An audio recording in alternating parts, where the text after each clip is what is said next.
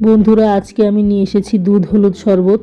তো প্রথমে আমি 4-5 টুকরো কাঁচা হলুদ খুব ভালোভাবে চামড়া ছাড়িয়ে পরিষ্কার করে ধুয়ে নিয়েছি। তারপর এগুলোকে খুব মিহি কুচি করে কেটে নিয়েছি ব্লেন্ড করার জন্য।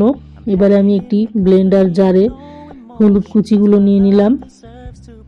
এটা ব্লেন্ড করার জন্য এতে সামান্য পরিমাণে পানি যোগ করতে হবে যেন হলুদটা খুব ভালোভাবে ব্লেন্ড হয়।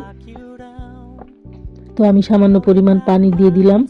এবার এর মুখে ঢাকনি দিয়ে ঢেকে খুব ভালোভাবে 4-5 মিনিট ধরে ব্লেন্ড করে নিতে হবে।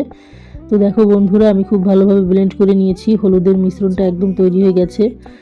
এবার একটি পরিষ্কার গ্লাসে আমি মিশ্রণটা নামিয়ে নিচ্ছি। তোমরা চাইলে ছাঁকনি দিয়ে ছেঁকে নিতে পারো শুধু রসটা, কিন্তু আমি ছাবা সহ নিয়েছি কারণ এটা অনেক উপকারী পেটের জন্য আর খুব বেশি কাজ করে, দ্রুত কাজ করে, সেজন্য আমি আঁশসহ নিয়ে নিয়েছি। এবারে আমি গুঁড়ো দুধ নিয়ে নিচ্ছি একটি পাত্রে 2 চা চামচ পরিমাণ। আমি তরল দুধ খেতে পারি না, সেজন্য আমি এখানে গুঁড়া দুধ ব্যবহার করেছি। তোমরা চাইলে তরল দুধ মিশিয়ে নিতে পারো। তো গুঁড়া দুধটা আমি গ্লাসে ঢেলে নিচ্ছি। তরল দুধ দিয়ে বেশিরভাগ তোমরা খেতে পারো, চাইলে গুঁড়া দুধও ব্যবহার করতে পারো। তো এই পর্যায়ে আমি এই মিশ্রণটিতে সামান্য কুসুম গরম পানি দিয়ে দিচ্ছি। আমি কুসুম গরম পানি দিয়ে দিচ্ছি এই জন্য এতে করে গুঁড়া দুধটা খুব ভালোভাবে মিশ্রণের সাথে মেশানো যায় চামচ দিয়ে। ঠান্ডা পানি দিলে দুধগুলো দানা দানা হয়ে থাকে, তো সেই জন্য আমি গরম পানি মিশিয়ে নিলাম। এবারে চামচ দিয়ে খুব ভালোভাবে অনেকক্ষণ সময় ধরে নেড়ে নেড়ে মিশ্রণটা বানিয়ে নিতে হবে, তাহলে শরবত খাওয়ার জন্য রেডি হয়ে যাবে। এই কাঁচা হলুদের গুণাগুণ তোমরা কম বেশি সবাই জানো।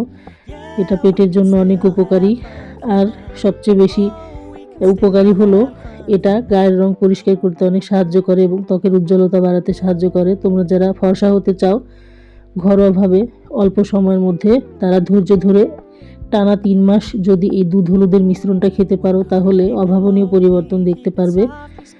তো এই দুধ হলুদ মিশ্রণটা আমি প্রতিদিন রাতে খাওয়ার চেষ্টা করি। এটা আমার অভ্যাসে পরিণত হয়ে গেছে, তবে মাঝে মধ্যে বাদ যায়, কাজের ব্যস্ততায় প্রতিদিন খাওয়া হয় না। তবে প্রত্যেক সপ্তাহে আমি 3 থেকে 4 দিন খাওয়ার চেষ্টা করি। তোমরা এই দুধ হলুদ শরবতটা অবশ্যই বানিয়ে খেয়ে দেখবে, এটা খেতে অনেক ভালো লাগে।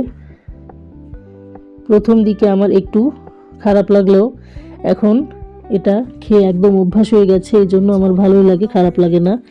তো দুধ হলুদের শরবতটা তোমাদের কাছে কেমন লাগলো অবশ্যই আমাকে কমেন্ট করে জানিও, আর বাসায় অবশ্যই তোমরা এটা বানিয়ে খেয়ে দেখবে। যদি তোমরা উপকার পাও তাহলে আমার ভালো লাগবে। সবাইকে ধন্যবাদ।